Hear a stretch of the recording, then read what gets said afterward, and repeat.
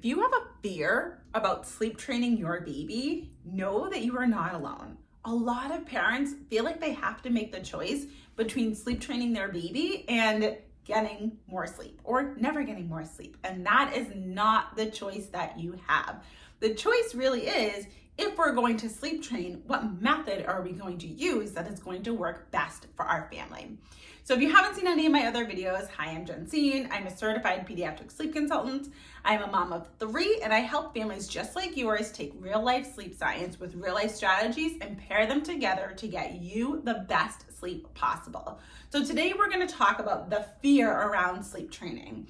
So many parents still have this outdated kind of image of what they think sleep training is. A lot of pediatricians are still recommending just put them in the crib, let them cry, and they'll figure it out. But that doesn't pair with our current trends of parenting. So it's really like old information that's conflicting with what we do now, and it's leaving a lot of parents stuck and in fear because they don't know the best path to take for their child. So you are going to be able to watch this video, feel super empowered to know how best to move forward, and then I'm going to give you an actual tangible thing that you can do to take forward to be able to help your child learn how to fall asleep independently. So the first thing that I want you to do, you can pause this video, is just think, what is your fear around sleep training?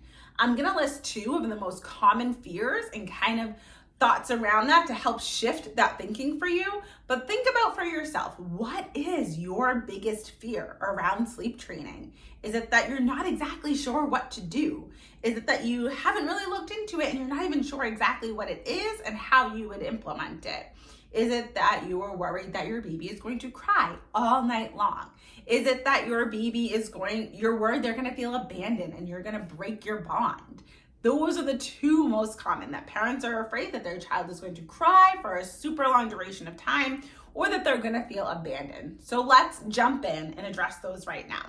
So the first one of not wanting your baby to cry is very valid. It is so hard as parents, especially for our mama hearts, to hear our babies upset and to feel like we're not helping them. But I want you to think of the flip side of that. What if your baby never cried? What would that look like? We would never know if they were hungry, if they were hurt, if they were tired, if they were scared, if they needed anything.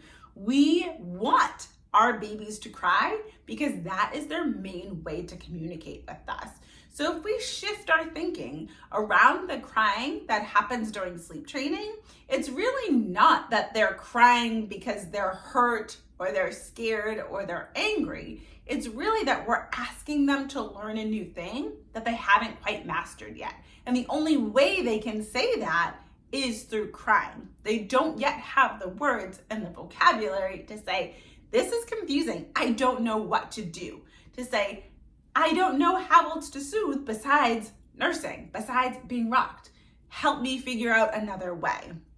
So really, we want to think about that crying and not put our own adult emotions on it. We want to think, okay, they are fed, they are safe, they are dry, they are all the things.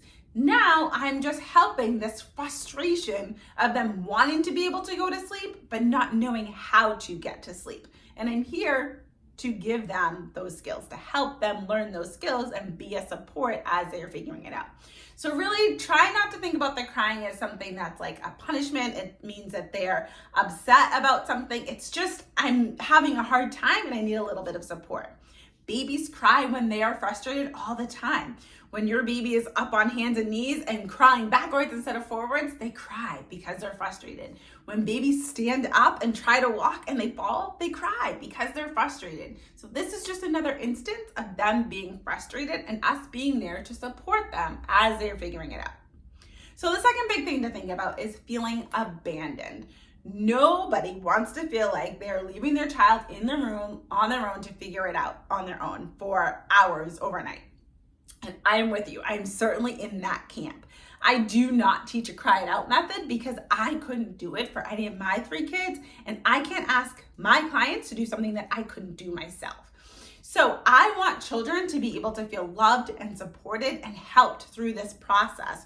So being there with them as they're learning these skills is going to help it go much quicker. It's going to lead to less tears for everyone.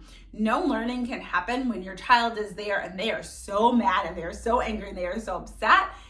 That functional part of their brain turns off and they can't get over that. They cannot regulate themselves to be able to figure out a new skill. We need to be there with them with some parameters and boundaries to help them learn the skill without doing it for them. And that's a very fine line of not doing it for them. But that's gonna set them up for success in all of life. We can't be there to do their homework for them. We can't be there to have them in our lap as they're learning at 16 to drive a car. We have to kind of let go at some point and be there to be their support, but also let them do it on their own. So this is just the first of many times that we're going to have to give them all of the knowledge, give them the support, and then let them finish it and do the rest on their own until they get more and more and more confident. So that is the consistency piece. We need to help them multiple times in a row until they get it and they're able to take it over on their own. So knowing that you are going to be there, you are helping them, that is how they are going to learn these skills. This gift of sleep is going to take them for months and years into the future. We want your child to know how to regulate their body and get themselves the sleep that they need. Where if they don't learn that skill and they are dependent on someone all of the time, it's going to be really difficult on them to be able to learn how to regulate their emotions, learn how to calm down their own body so they can relax into sleep. But it's also going to be really tough on you because you are going to have to be there 24/7. That means no breaks as a caregiver. And when my oldest son was having trouble sleeping, I had to be the one there to soothe him at all times. And there was no end to one day and start the next.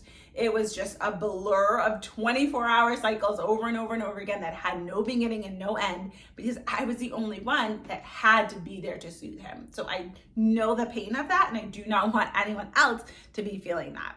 So if you are struggling right now, sleep training, after thinking about these reframes and these new ways to think about abandoning your child to sleep train and how they react when crying, and okay, this is a path that I want to know more about, all you have to do is go to the pinned video in my channel. It's going to explain more about how to do some sleep training without crying it out, because as I've said before, crying it out is not a method that I teach. It's not a method that I could do for my own children, but I want to give you a way, which is my 10-minute sleep system, that's going to get you the same exact results of your child falling asleep independently and sleeping through the night without having to do it in a way that is traumatic to you or to them.